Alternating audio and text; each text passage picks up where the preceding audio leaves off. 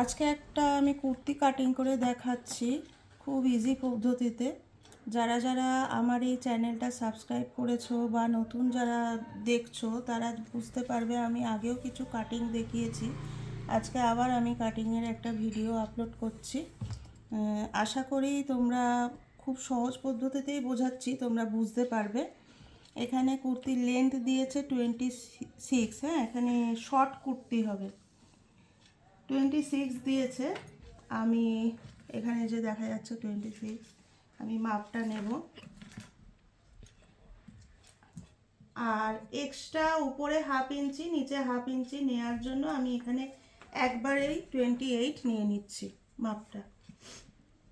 যখন সেলাই স্টিচ হবে উপরে কিন্তু 1 ইঞ্চি নিচে 1 ইঞ্চি বেশি থাকবে, ঠিক আছে? এটা লেন্থের মাপটা আমি নিয়ে নিলাম, মানে ঝুল, যেটাকে অ্যাকচুয়ালি ঝুল বলে, সেই মাপটা নিয়ে নিলাম। এবার এটা একটা বাচ্চা মেয়ের কুর্তি হচ্ছে। এখানে যেহেতু অনেকটাই রোগা, একদম চেহারাটা খুব একটা বিশেষ না, আমি এখানে পুট নিয়ে নিচ্ছি 5.5, ঠিক আছে? 5.5 পুট, যেটা ঘাড়ের মাপটা সেটা কিন্তু আমি এখানে দিয়ে নিলাম। ওর সামনেটা পান পাতার মতো গলা হবে আর পেছনটা এয়ার গলা হবে। এয়ার গলা মানে সবাই মোটামুটি জানো, এয়ার গলা কিন্তু উপরে ওঠানো যে গলাটা, হাইনেক না, যেটা ওপর দিয়ে মোটামুটি গলাটা যায় সেইটাকে এয়ার গলা বলে। এয়ার গলার মাপ নিতে গেলে সবসময় পুটটা একটু বেশি নিতে হবে, তাহলে অনেক সময় কি হয়, টান খায় জিনিসটা। অনেক সময় ঘাড়ের এখানে কুচকা কুচকা থাকে, সেই জন্য কিন্তু এই টান খেলে এই কুচকা কুচকা ভাবটা আসে। আমরা এটা মাপ নিয়ে নেব, ওই জন্য 6 নিলে ওর মোটামুটি হাফ ইঞ্চি বেশি নিলে মোটামুটি ঠিক হবে মাপটা।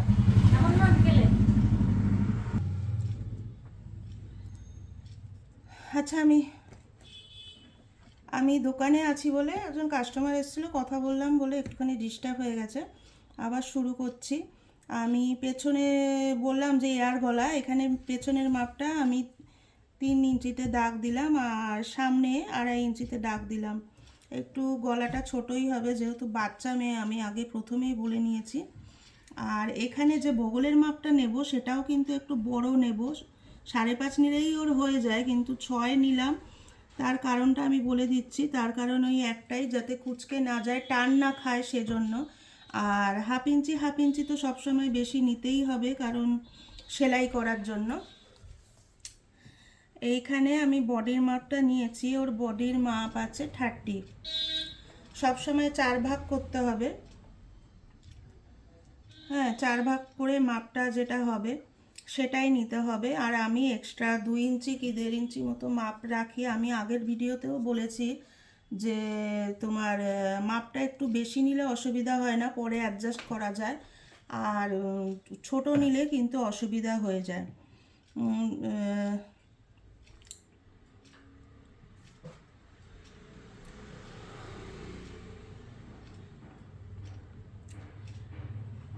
এইখানে তোমার 30 মাপ নিলে কিন্তু 7.5 হবে, কিন্তু আমি একটু বেশি মাপ নেব। ওর মাপটা নিলাম, আমি প্রায় 8.5-এর কাছে মাপটা নিয়েছি, কিন্তু বেশি বেশি করে মাপটা নিলাম, ঠিক আছে? আবার এখানে কাট করে আমি বগলের মাপটা বের করে নেব। এই যে আমাদের যখনই এখানে হাতা লাগাতে হবে এরকম কাট করতে হবে। খুব ধরে ধরে আমি জিনিসটা বোঝাচ্ছি, দেখানোর চেষ্টা করছি, তোমরা দেখো। এখানে একটা শেস্তর মাপ থাকে। শেস্তর মাপ বলতে সেটাকে বলা হয় তোমার কোমরের মাপ, আর কোমর থেকে নিচে যেখানে কাটটা পড়ে আমাদের, সেই কাটের মাপটা, মানে যে চুড়ি পা সালোয়ারটা তৈরি হয়, সালোয়ারটা যে তৈরি হয় সেটা একটা কাট যায়, সেই কাটটার যেখানে মাপ হয় সেটা কিন্তু শেস্তর মাপ হয়। ও মাপ দিয়েছে এখানে 14, এটা কোমরের মাপটা। আর যেখান থেকে কাট হবে সেটা হচ্ছে 18 থেকে। যদি কেউ না বুঝতে পারো আমাকে অবশ্যই কমেন্টস করে জানিও, আমি বুঝিয়ে দেওয়ার চেষ্টা করব। আর তাও যতটা পাচ্ছি আমি বোঝানোর চেষ্টা করছি। এখানে কোমরের মাপটা আছে 24, 4 6 24। তোমার আমি একটুখানি বেশি নেব, যাতে সেলাই পরেও যাতে 1/2 ইঞ্চি মতো কাপড় থাকে।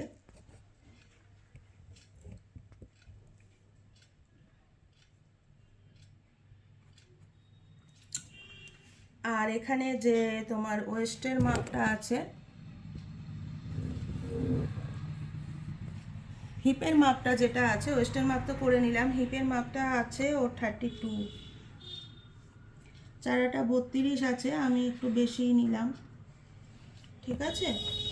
আর এবার আমি গলার মাপটা দেখাচ্ছি। বাইরে প্রচণ্ড গাড়ি যাচ্ছে, গাড়ির আওয়াজ হচ্ছে, কথাটা আমি জোরে বলারই চেষ্টা করছি। ও সামনের গলাটা দিয়েছে তোমার 8, ও অনেকটাই, ও তো ছোটো বাচ্চা মেয়ে তো অতটা বুঝতে পারিনি, আমি মাপটা লিখে রেখেছি, কিন্তু আমি একটু ছোটোই গলাটা দেব, 8 হলে অনেকটাই বড় হয়ে যায় সামনে।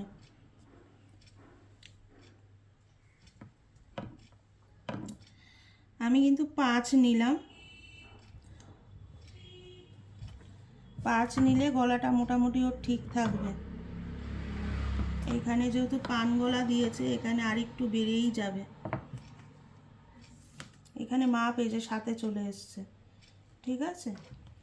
আর পেছনটা এয়ার গলা দিয়েছে, এটা পেছনের মাপটা, পেছনটা যেহেতু এয়ার গলা দিয়েছে, এয়ার গলা মানে তো ছোটোই হবে, আমি এখান দিয়ে না মেপেই কোনো একটা দাগটা দিয়ে নিলাম।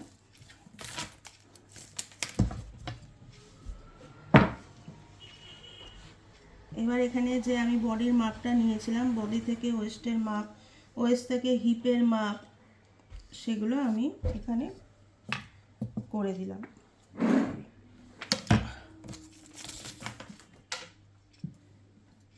নিচটা মোটামুটি একটা আমরা আন্দাজ করেই নিয়ে নিই, দুপাশে যখন সেলাই হবে তখন কিছুটা কিছুটা কাপড় যাবে, সেই কাপড়টা থাকবে, প্লাস দেখতে সুন্দর লাগে সেরকমভাবে নিতে হবে। মোটামুটি 9 কি 10 রাখলেই এটা সুন্দরভাবে যখন হয় তখন হয়ে যাবে জিনিসটা। এখানে আমি কাট করব বলে আমি এখানে দাগটা দিয়ে নিলাম, এখান থেকে আমার কাটটা যাবে, এইভাবে কাটটা দেখিয়ে দিচ্ছি এখানে এঁকে, এই যে এরকমভাবে কাটটা থাকে, সেই কাটটার কথা আমি বলছি। নিচে একটু এক্সট্রা কাপড় রয়ে গেছে, সেটা আমি কেটে দেব সুন্দরভাবে।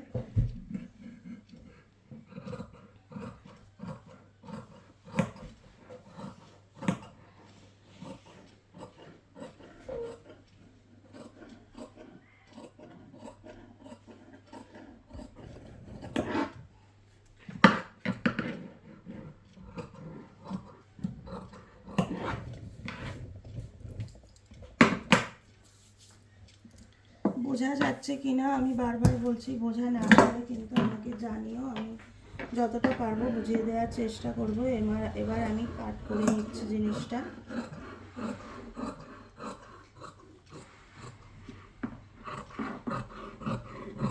যখনই কাট করছি তখনও কিন্তু আমি 1/2 ইঞ্চি মতো ছেড়ে করলাম।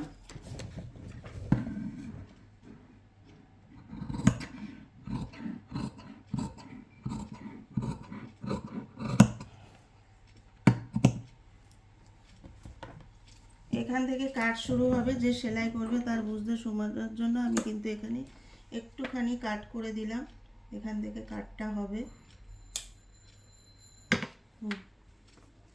এবার এই যে দুটো পার্টে যে আমি করেছি, আমি কিন্তু 4 ফোল্ড নিয়ে নিয়েছি, আজকে আর দেখাইনি কারণ এটা আমি প্রত্যেকবারই বলি যে 4 ভাঁজ করে সবসময় কাপড়টাকে নিতে হবে। এদিকে খোলা পাটটা থাকবে আর এদিকে বন্ধ পাটটা থাকবে। আর সামনে গলা, এই যে সামনের গলাটা ঠিক এরকম করে ধরতে হবে, আমি দুটো আলাদা আলাদাভাবে ভাঁজ করে নিয়েছি।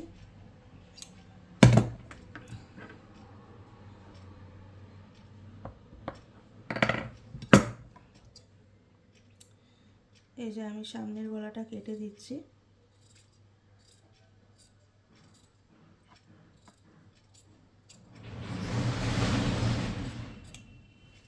সামনের গলাটা আমার বেরিয়ে গেল, এবার পেছনটাও আমি সেইভাবেই ঠিক এই যে মাপটা বসিয়ে সুন্দরভাবে, কিছুই না, দেখো পেছনের গলাটা ঠিক উঠিয়ে নিয়ে এইভাবে কেটে দিতে হবে।